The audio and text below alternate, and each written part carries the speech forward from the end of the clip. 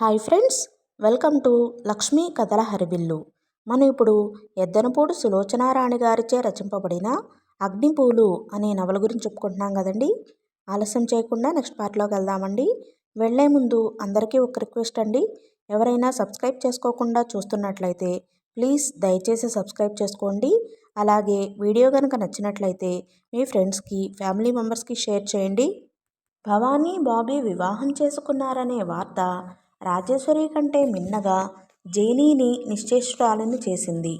కలలో కూడా ఊహించలేని ఈ పరిణామం జేనీ గుండెలని కలవరపరిచింది. ఈ ప్రపంచంలో తనకి ఉన్న ఒక్కగానొక్క ఆత్మీయుడిని వాళ్ళు తన నుంచి దోచేసినంత కోపంగా అనిపించింది.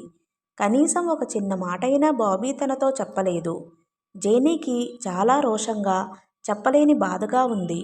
ఎప్పుడు బాబీని తీసుకుని ఈ దేశం నుంచి వెళ్ళిపోదామా అని రోజులు లెక్క పెట్టుకుంటున్న జేనీకి ఇది పెద్ద ఆశనిపాతం అయ్యింది. ఎవరితో చెప్పుకుంటుంది తన బాధ? ఎవరితో పంచుకుంటుంది ఈ ఒంటరితనం? బాబీ ఈ భవానీని కాకుండా ఇంకెవరిని చేసుకున్నా తనకి ఇంత బాధ ఉండేది కాదు. జేనీకి బాబీతో మాట్లాడే అవకాశమే చిక్కటం లేదు. బాబీ, భవానీ ఒక క్షణం కూడా విడిగా ఉండడం లేదు. బాబీ ఊరి ప్రయాణం సంగతి ఎత్తే పరిస్థితుల్లో లేనే లేడు. కృష్ణ చైతన్య రిసెప్షన్ ఏర్పాటు చేశాడు. ఊరిలో వారు, భవానీ స్నేహితురాళ్ళు, దగ్గరి బంధువులందరూ వచ్చారు. భవానీకి, బాబీకి ఆర్భాటపు వేడుకల మీద ఇష్టం లేదని, అందుకే సింపుల్గా రిజిస్టర్ మ్యారేజ్ చేసుకున్నారని అన్నపూర్ణమ్మ గారు అందరికీ చెప్పింది. రాజేశ్వరి తెచ్చిపెట్టుకున్న నవ్వుతో తిరిగింది. రాహుల్ పరాయి మనిషిలా ఆ సమయానికి వచ్చి బహుమతులను అందజేసి వెళ్ళాడు. జేనీ ఒక్కత్తి ఒక పక్కగా నిలబడి ఉంది.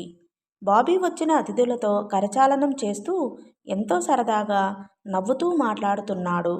బాబీ ఆనందంగా ఉన్న ఆ తీరు చూస్తే జేనీకి ఈర్ష్య కలిగింది. ఎంత హాయిగా వాళ్లతో కలిసిపోయాడు. తన తల్లి, తండ్రి అనేవాళ్ళు గుర్తున్నట్టే లేదు. ఇక్కడ ఒక్కదానివి నిలబడ్డావేం? డాక్టర్ గారు దగ్గరికి వచ్చి పిలిచారు. జేనీ బేలగా అతని వైపు చూసింది. ఆయన జేనీ భుజాల చుట్టూ చేయి వేశారు. జేనీ, చూడు, బాబీ, భవానీ ఎంతో ఈడు జోడుగా ఉన్నారు కదూ. జేనీ మాట్లాడలేదు. ఇంతలో కృష్ణ చైతన్య అక్కడికి వచ్చాడు. డాక్టర్, వీళ్ళు ఈ వివాహం ఎలా ఆమోదించారో నాకు ఆశ్చర్యంగా ఉంది అంది జేనీ. ఎందుకని? వీళ్ళ కుటుంబంలో పట్టింపులు చాలా ఎక్కువ కదా. విదేశీయులతో వివాహాలు వీళ్లకు నచ్చవు కదా. కృష్ణ చైతన్య వినాలనే అంది జేనీ. అలా అని ఎవరు చెప్పారు అన్నాడు డాక్టర్ గారు. వేరే ఎవరో చెప్పాలా డాక్టర్? మా అమ్మకి ఈ ఇంట్లో జరిగిన పరాభవం మేము ఎరగనిది కాదుగా. జేనీ చూపులు వాడిగా అతని మీద నిలిచినాయి. జేనీ, అవన్నీ ఇప్పుడెందుకు? డాక్టర్ గారు వారించబోయారు. ఇప్పుడు కాకపోతే ఇంకెప్పుడు అడగను. మా అమ్మ పనికిరాని వీళ్ళకి మా అన్న ఎలా పనికి వచ్చాడు? ఆ మాటలకి ఇది సందర్భం కాదు జేనీ, ఆయన మందలింపుగా అన్నారు. మీరు సమాధానం చెప్పలేరు డాక్టర్, కానీ నాకు తెలుసు. మా అమ్మ అంటే పరాయి పిల్ల, ఆడపిల్ల. అవలీలగా అవతలకు తోసేశారు. వీళ్ళకి బాధేం అనిపించలేదు. ఇప్పుడు ఈ పని చేసింది వీళ్ళ అమ్మాయి కాబట్టి కడుపులో పెట్టుకుని దాచుకున్నారు. వీళ్ళకి చెప్పకుండా పెళ్లి చేసుకున్న కోటకోడలా అందరూ అండగా నిలబడి ఇది తమ ఆధ్వర్యంలోనూ జరిగినట్లుగా గొప్పలు చెప్పుకుంటున్నారు. డాక్టర్ గారు గాబరాగా కృష్ణ చైతన్య వైపు చూస్తున్నారు. కానీ అతని పెదవుల మీద చిరునవ్వు చెక్కు చెదరలేదు. చిన్నపిల్ల సందర్భం తెలియకుండా మాట్లాడిన మాటలను విన్నట్టుగా ఆమె వైపు తదేకంగా చూస్తూ ఆ మాటలు వింటున్నాడు. జేనీకి ఈ పెళ్లి ఇష్టం లేదు డాక్టర్, అందుకే అలా అంటోంది. భవానీ పెళ్లి చేసుకున్న వ్యక్తి పరాయివాడు, అర్హత లేనివాడు అయితే తప్పకుండా వెలివేసి దూరంగా ఉంచేవాళ్లమే. బాబీ మావాడే, అందుకే ఇద్దరికీ కోటగోడలా అండగా నిలబడ్డాం. జేనీకి నా అనేవాళ్ల ఆత్మీయత ఏమిటో అర్థం కాదు, క్షమించడం అంటే ఏమిటో తెలీదు. అతని మాటలు సున్నితంగా ఎదురుదెబ్బ తీస్తున్నట్లుగా వాడిగా వచ్చాయి. ప్రేమించే హృదయానికే క్షమించే సహనం ఉంటుంది. జేనీకి ఎవరైనా ప్రేమించడం అంటే ఏమిటో నేర్పాలి కృష్ణ అన్నారు డాక్టర్ గారు నవ్వుతూ. అదే సమయంలో రాహుల్తో మరో స్నేహితుడు అంటున్నాడు. నేను పొరబడడం లేదు రాహు, ఈ బాబీ నాకు తెలుసు. క్రిందటి సంవత్సరం గోవాలో నేను చూశాను. నాన్సెన్స్, నువ్వు ఎవరిని చూసి ఎవరు అనుకుంటున్నావో? అతను ఇండియా రావడం ఇదే ప్రథమం. కాదు, పోనీ నేనే పొరపడ్డాననుకుంటే మా అన్నయ్యని అడుగు. అన్నయ్య వాళ్ళందరినీ ఫోటోలు తీశాడు. ఇతని ఇంకో ఇద్దరూ కలిసి వచ్చారు. టూరిస్టులం అని చెప్పాడు. బాబీ ఇదివరకు ఇండియా వచ్చినట్లు నాకు చెప్పలేదే. మేము మొన్న గోవా వెళ్ళాం. అప్పుడు కూడా ఏమీ అనలేదే. రాహుల్ ఆలోచనగా అన్నాడు. కానీ అతని కళ్ళ ముందు గోవాలో బాబీ చెప్పకుండా వెళ్ళిపోయి మర్నాడు సాయంత్రం వచ్చి, సారీ, వాకింగ్కి వెళ్ళి తోవ తప్పిపోయాను రాహు, రాత్రంతా చెట్టు కింద గడిపాను అనటం గుర్తుకు వచ్చింది. బాబీ కోసం ఎవరెవరో వస్తూ వెళుతున్నారు. బాబీ కూడా తెలిసిన వాళ్ళంటూ ఎక్కడికెక్కడికో వెళ్ళి వస్తున్నాడు. వినోద్ అనే ఫ్రెండ్ అబద్ధాలు కల్పిత కథలు చెప్పే మనిషి కాదు. రాహుల్ అతన్ని తీసుకుని సరాసరి బాబీ దగ్గరకు వెళ్ళాడు. హాయ్ బాబీ అన్నాడు వినోద్. హాయ్. బాబీ ముఖం అతన్ని చూడగానే వెలవలపోయింది. రాహుల్కి వినోద్ చెప్పిన సంగతి నిజమే అయి ఉంటుందని నిర్ధారణ అయింది. ఇంతలో తల్లి ఎవరినో తీసుకుని అక్కడికి వచ్చింది. రాహుల్ మౌనంగా అక్కడ నుండి వెనక్కు తిరిగి వచ్చేశాడు. జేనీ బట్టలు సర్దుకుంటుంది. బాబీ లోపలికి వచ్చాడు. జేనీ అడుగుల చప్పుడు బట్టి బాబీ అని గ్రహించింది. బాబీ, నేను రేపు ఉదయం హైదరాబాద్ వెళ్తున్నాను. బాబీ చకితుడైనట్లుగా చూశాడు. ఎందుకు అన్నాడు. అక్కడి నుంచి వెళ్ళిపోతాను. బాబీ ఒక అంగుళం దగ్గరికి వచ్చాడు. జేనీ, ఏమిటి తొందరపాటు? తొందరపాట? మనం ఇన్ని రోజులు ఉందామని అసలు అనుకోలేదు. 2 వారాలు అనుకుని వచ్చి దాదాపు 2 నెలలు ఉన్నాం. ఇంకో నెల మనకు వ్యవధి ఉంది. ఉండని, చాలు. ఇండియా అంటే నాకు విసుగు పుట్టింది. అసలు ఇక్కడకు రాకుండా ఉంటే ఎంతో బాగుండేది. 1 నెల ఆగు జేనీ, నేను వచ్చేస్తాను. నువ్వు ఒక్కదానివే ఎలా వెళ్తావు? నువ్వు నాతో చెప్పకుండా ఎప్పుడు పెళ్లి చేసుకున్నావో నేను అప్పుడే ఒంటరిదాన్ని అయిపోయాను. సారీ చెప్పాను కదా. కొన్నింటిని క్షమించగలం బాబీ, కానీ కొన్నింటిని క్షమించాలనుకున్నా క్షమించలేం. నువ్వు కావాలని వాళ్ళందరితో బంధం ముడివేసుకున్నావు. ఇక్కడ నీకు ఒంటరితనం ఏమీ లేదు. చూస్తున్నానుగా, కొత్త అల్లుడిగా నిన్ను వాళ్ళు బాగానే మర్యాదలు చేస్తున్నారు, విందులు తినిపిస్తున్నారు. వాళ్లలో నువ్వు ఒకడివి అయిపోయావు. చాలా సంతోషం. బాబీ వచ్చి ఆమె చేతులు పట్టుకున్నాడు. జేనీ, నా మీద నీకు ఏదైనా కోపం ఉంటే ఎంతైనా అను, కానీ నువ్వు మాత్రం వెళ్ళిపోకు. 1 నెల ఓపిక పట్టు. నేను కూడా వచ్చేస్తాను.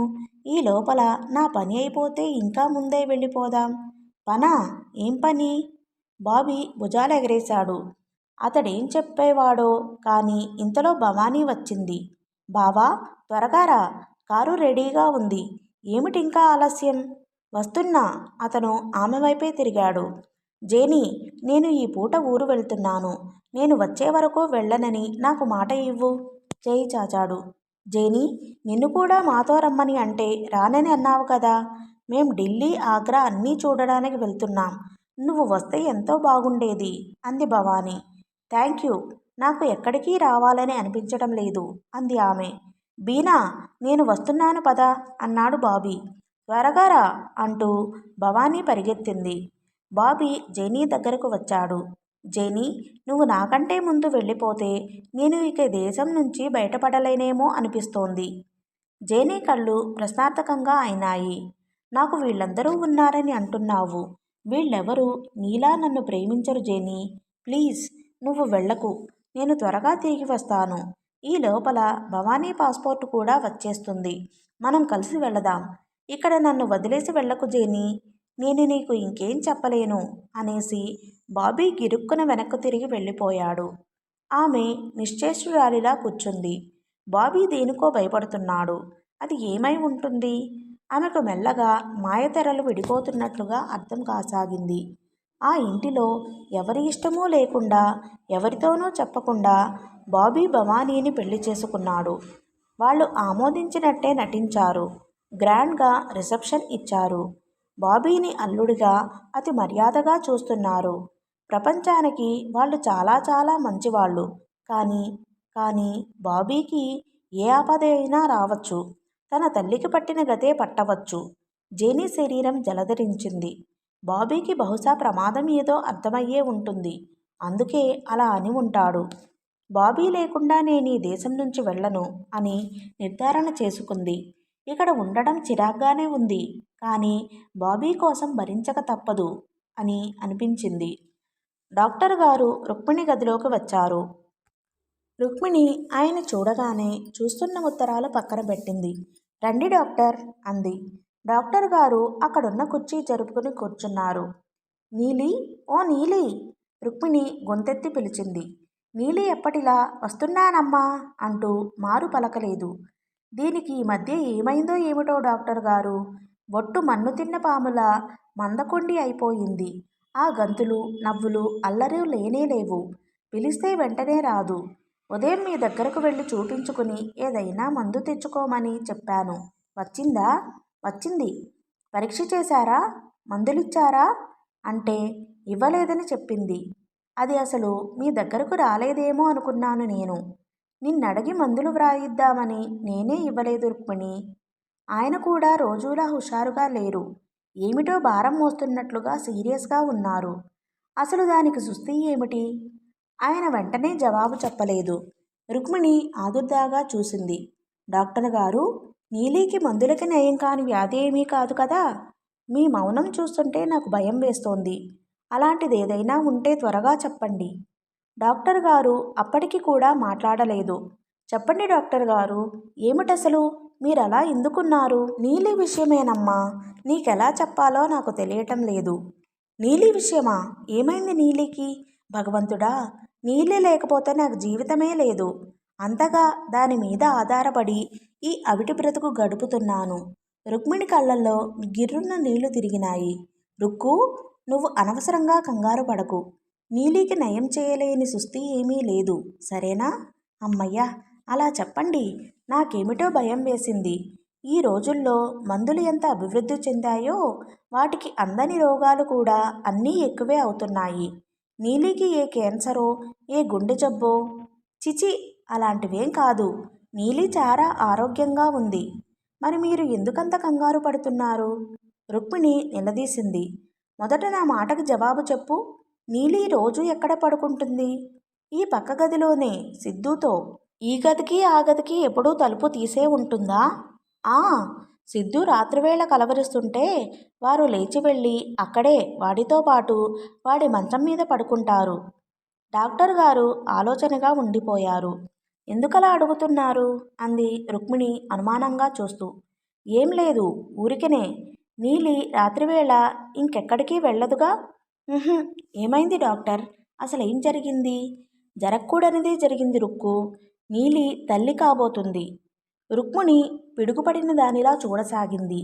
ఎంత ఆలోచించినా నాకు అర్థం కావటం లేదు. కృష్ణ చైతన్య నీలిని సొంత కూతురు కంటే మిన్నగా చూస్తాడు. అతన్ని మనం ఎలాంటి పరిస్థితుల్లోనూ అనుమానించలేం. డాక్టర్, రుక్మిణి గాబరాగా చూసింది. ఆ చూపుల్లో భయం, ఆందోళన, అపనమ్మకం రెపరెపలాడుతున్నాయి. డాక్టర్ గారు తగ్గుస్వరంతో నెమ్మదిగా అన్నారు. నువ్వు నీలిని పిలిచి దగ్గర కూర్చోబెట్టుకుని మెల్లగా అడుగు. ఆ వ్యక్తి ఎవరో తెలుసుకోవడం చాలా అవసరం. బయట వ్యక్తి ఎవరైనా అయితే నీలికిచ్చి పెళ్లి చేయవచ్చు. ఇంటిలో మనిషి అయితే ఈ రహస్యం మీ మధ్యనే శిథిలమైపోవడం ఉత్తమం. అత్తగారికి తెలుసా? తెలియదు. తెలియచేయటం నా బాధ్యత. నేను నీలిని ఎంత అడిగినా ఏం చెప్పలేదు. ఒక్క మాట కూడా దాని నోటి నుంచి చెప్పించలేకపోయాను. ఆయనకు తెలుసా? నేనింకా ఎవరికీ చెప్పలేదు రుక్కు. నువ్వు కృష్ణ చైతన్యకు చెబితే బాగుంటుందని నా ఉద్దేశం. నేను వస్తాను. చాలా పని ఉంది. పక్క ఊరిలో కలరా ఎక్కువగా ఉంది. అక్కడికి వెళ్ళాలి.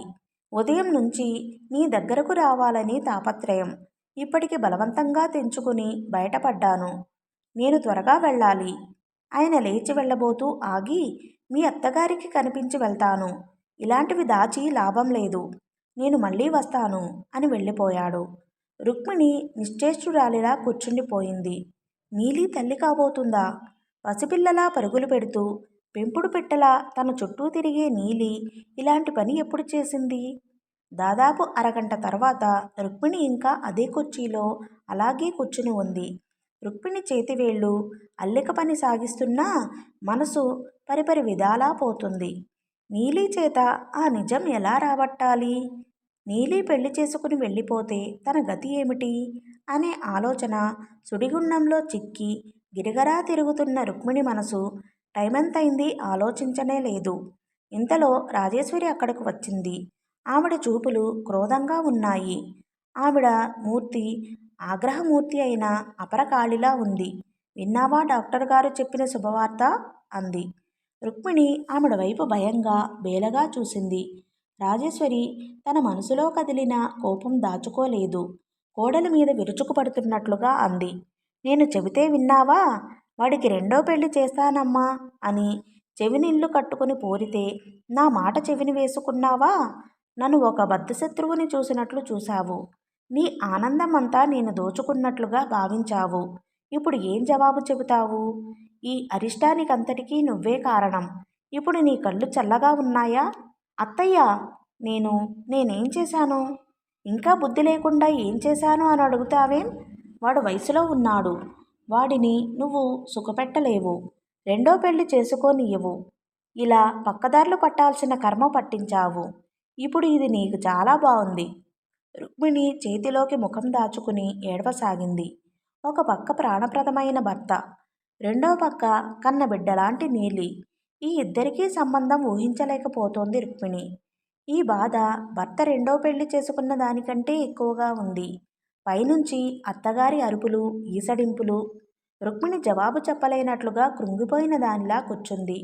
అసలు నిన్ను అనాల్సిన పని లేదు. ఈ తప్పంతా నాది. ఆనాడే బలవంత పెట్టి వాడికి రెండో పెళ్లి చేసి ఉండాల్సింది. నీ గురించి ఆలోచించడంతో మా కొంపకి ఈ తిప్పలు వచ్చాయి. ఇప్పుడు వాడిని దోషి అంటారు అంతా. ఏం చేస్తావు ఆ నీలిని? భర్తనిచ్చి పెళ్లి చేసి సవతిని చేసుకుని ఇంట్లో ఉంచుకుంటావా? లేక డాక్టర్ గారితో చెప్పి గుట్టు చప్పుడు కాకుండా ఆ పాపాన్ని రూపుమాపమంటావా? హవ్వా, మా ఇంటా వంట లేదు ఇలాంటి పాడు పని. రుక్మిణికి ఏడుపై సమాధానమైంది. సిగ్గు లేకుండా ఏడుపొకటి. ఆ ఏడుపుతోనే వాడి మనసుకి సంకెళ్ళు వేశావు. ఇప్పుడు నువ్వే కాదు, నీతో పాటు మేమంతా కూడా ఏడుస్తూ కూర్చునే పరిస్థితి తెచ్చావు. చిచి! రాజేశ్వరి చీత్కారం చేసి అక్కడి నుంచి వెళ్ళిపోయింది. రుక్మిణి మతి చాంచల్యం వచ్చిన దానిలా గంతెత్తి అరిచింది. నీలి, నీలి, ఓ నీలి! నీలి ఆ పక్క గదిలో ఉన్నట్లుంది. మెల్లగా గుమ్మంలో నుంచి యువతలకు వచ్చింది. నీలి అంతవరకు ఏడుస్తున్నట్లుగా ముఖం వాచి ఉంది. వస్తున్న ఏడుపుని ఆపుకున్నట్లుగా నోట్లో పైట కొంగు కుక్కుంది. ఇలారా! నీలి మెల్లగా వచ్చింది. రుక్మిణికి అందేటంత దగ్గరగా వచ్చింది. నీలి చెయ్యి దొరకపుచ్చుకుని రుక్మిణి నీలిని వంగదీసి ఆ చంపా ఈ చంపా వాయించినట్లుగా ఈడ్చుకొట్టింది. పాపిష్టిదానా! ఈ మాట డాక్టర్ గారికి ఎందుకు చెప్పావే? ముందు నాకే చెప్పుకోయావా? ఇద్దరమూ కలిసి వెళ్ళి ఆ చెరువులో దూకి ఉండేవాళ్ళం. అందరికీ ఎందుకు తెలియనిచ్చావే? రుక్మిణి కొట్టడం అవగానే మోకాళ్ల మీద కూలబడి రుక్మిణి వడిలో అమ్మా అంటూ తలదాచుకుంది. ఏమిటే నీలి, ఎందుకు చేశావే ఈ పని? నీకు బుద్ధి లేకపోతే ఆయనకెలా లేకపోయింది? మీ ఇద్దరూ నా కళ్ళు కప్పుతారని అనుకోలేదే నేను. ఆయన నా ముందు చూపిస్తున్నదంతా ప్రేమే అనుకున్నాను. నా వెనక నాటకం ఆడే మనిషి అనుకోలేదు. అమ్మా, నన్ను ఎన్నైనా తిట్టండమ్మా. మీ ఇష్టం వచ్చినట్లు కొట్టండి. కానీ అయ్యగారిని మాత్రం ఏమీ అనకండి. ఆయన తప్పేం లేదమ్మా. తప్పంతా నాదే. అయ్యగారు దేవుడమ్మా ఏడుస్తూ అంది. నీలి కృష్ణ చైతన్యని వెనకేసుకు రావడం చూసిన రుక్మిణికి దుఃఖం అంతా ఇంత అంతులేని ఆగ్రహంగా మారిపోయింది. నోరు మూసుకోవే, నోరు మూసుకో. ఇంకొక మాట మాట్లాడావా చంపేస్తాను అంటూ ఒడిలో ఉన్న నీలి తలని తోసేసింది. కృష్ణ చైతన్య గదిలోకి వచ్చాడు. ఏమిటి రుక్కు? అతను ఏడుస్తున్న నీలిని, కోపంగా ఉన్న రుక్మిణిని చూశాడు. రుక్మిణి భర్త వైపు చూసింది. ఆ కళ్ళల్లో గాయపడిన హృదయం స్పష్టంగా కనిపిస్తోంది. రుక్మిణి ఏడవసాగింది. కృష్ణ చైతన్య దగ్గరకు వచ్చాడు. రుక్కు, చాలు చాలు, మీ ప్రేమకి నా కడుపు నిండిపోయింది. ఇక చాలండి. ఈ నటన ఆపేయండి. నన్ను ముట్టుకోకండి. రుక్మిణి చచ్చిపోయిందండి. అందుకే మీరు నీలితో. నీలి, నువ్వు వెళ్ళు అన్నాడు కృష్ణ చైతన్య. నీలి లోపలి గదిలోకి వెళ్ళిపోయింది. నన్ను చావనీయకుండా బ్రతికించింది ఇందుకేనన్నమాట.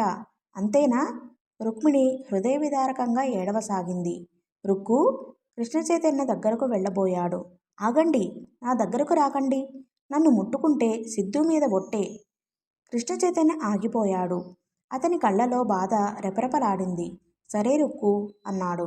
అతను ఆ గదిలో నుంచి వెళ్ళబోతూ ఆగి అన్నాడు. రుక్కు, నా మీద నీకు ఎంత ప్రేమ ఉందో దానికి ఇది ఒక పరీక్ష అన్న సంగతి మర్చిపోకు అని వెళ్ళిపోయాడు. రుక్మిణి ఏడుపు మరింత ఎక్కువైంది. కలవారింట్లో పిల్లి మ్యావన్నా ఊరివారందరూ వినోదంగా చెప్పుకోవడం లోక సహజం. నీలి తల్లి కాబోతున్న వార్త ఎంత రహస్యంగా దాచాలని రాజేశ్వరి ప్రయత్నించిందో నౌకర్ల ద్వారా ఆ వార్త అంతా పైకి పొక్కేసింది. అందరూ ఎవరికి తోచిన విధంగా వారు కథలు కల్పించి చెప్పుకోసాగారు. కృష్ణ చైతన్య వస్తుంటే వరండా దిగువగా మొక్కల మధ్య గుసగుసలాడే పనివాళ్ళు గబుక్కున మాటలు ఆపి పనిలో చేతులు పెడతారు. రుక్మిణి భర్తతో మాట్లాడడం మానేసింది. రాజేశ్వరికి జీవితంలో మొట్టమొదటిసారిగా పెద్ద కొడుకు మీద కోపం కలిగింది. ఇది వరలో ఏ సమస్య వచ్చినా కృష్ణ అంటూ అతని పిలిచి ఆ విషయం చెప్పి ఆ సమస్య భారం అతని భుజాల మీద పడేసి తను నిశ్చింతగా ఉండేది. కొడుకు తప్పు చేశాడనే కంటే కొడుకును గురించి అందరూ తలో రకంగా అనుకోవడం ఆవిడ సహించలేకపోతోంది. తన మాట విని కోడలు ఆనాడే ఆ వెదురుపాలెం అమ్మాయిని కృష్ణ చైతన్యని చేసుకోనిస్తే ఈ అనర్థం ఏమీ ఉండేది కాదని ఆవిడ బాధ. రాహుల్ చూడబోతే ఆ తీరు, భవానీ ఏమో ఆ పని చేసింది. ఆవిడ ధైర్యమంతా పెద్ద కొడుకే. పెద్ద కొడుకుని కేంద్రం చేసుకుని ఆవిడ జీవితం సాగిపోతోంది. చివరికి కృష్ణ చైతన్య కూడా ఇలా చేశాడు. పిల్లలందరినీ ఎంత క్రమశిక్షణతో పెంచి పెద్ద చేయాలని కలలు కన్నదో చివరికి అంత వ్యధ మిగిలింది. రాజేశ్వరికి జీవితం మీద విరక్తి కలగనారంభించింది. ఆవిడ కళ్ళ ముందు మాటిమాటికి మేరీ నిలబడి విరగబడి నవ్వుతున్నట్లుగా అనిపిస్తోంది. మాకు కాకుండా చేసి ఆస్తి అంతా పిల్లలకి మీ ఆయన కట్టబెట్టాడుగా, నా పిల్లల కంటే నీ పిల్లలు ఏ ఉచ్చదశలో ఉన్నారో అని నిలదీసినట్లుగా ఉంది. ఆవిడ మనసులో కోపం పట్టలేక పనివాళ్ల మీద చీటికీ మాటికి విరుచుకు పడసాగింది. ఒకరోజు సాయంత్రం కృష్ణ చైతన్యని అడిగేసింది, నీలిని ఏం చేయదలుచుకున్నావు? కృష్ణ చైతన్య ముఖంలో రవ్వంత కూడా కంగారు కానీ తొట్రుపాటు కానీ కనిపించలేదు. ఆశ్రమానికి పంపిద్దామని అనుకుంటున్నానమ్మా, అక్కడే పురుడు పోసుకుంటుంది. ఛీ, మన ఇంటా వంటా లేవు ఈ పనులు. ఏం చేస్తామమ్మా, అన్ని రోజులు ఒకలాగా ఉండవు కదా. కృష్ణ చైతన్య గుండె నిబ్బరానికి ఆవిడ విస్తుపోయింది. ఏదో ఉద్రేకంలో కాలు జారాడు, అందుకని ఆ బాధ్యత నెత్తిమీద వేసుకున్నాడు. అందరిలాంటి వాడు కాదు నా కొడుకు అనుకుంది లోలోపల. ఈ వార్త ఆ నోట ఈ నోట జేనీకి కూడా తెలిసింది. జేనీ పెదవుల మీద చిరునవ్వు మెదిలింది. ఆ తండ్రికి తగ్గ కొడుకే, పైకి పెద్ద మనిషి. పాపం ఏది చేసినా హుందాగానే చేస్తాడు. నీలిని ఆశ్రమానికి పంపిస్తాడు. సిగ్గులేకపోతే సరి, పెళ్లి చేసుకోవడానికి ధైర్యం లేదు, లేక అర్హత లేదనో. బాబీ భవానీ ఉత్తర దేశ యాత్ర చేస్తున్నారు. జేనీకి బాబీ ఉత్తరాలు వ్రాస్తూనే ఉన్నాడు. ప్రతి ఉత్తరంలోనూ నువ్వు వెళ్ళిపోకు జేనీ అని అర్థిస్తూనే ఉన్నాడు. దానికి తోడు అన్నపూర్ణమ్మ గారికి ఒంట్లో బాగుండటం లేదు. ఆవిడ అహర్నిశలు జేనీని తన దగ్గర కూర్చోమని అంటుంది. ఆవిడతో పనిమనిషి గుసగుసగా చెబుతున్నప్పుడే నీలి విషయం తను విన్నది. జేనీకి ఈ ఉదంతం చాలా సంతోషంగా ఉంది.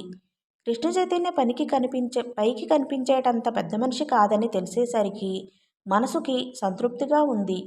నీలి అన్నపూర్ణమ్మ గారి దగ్గరకు వచ్చింది.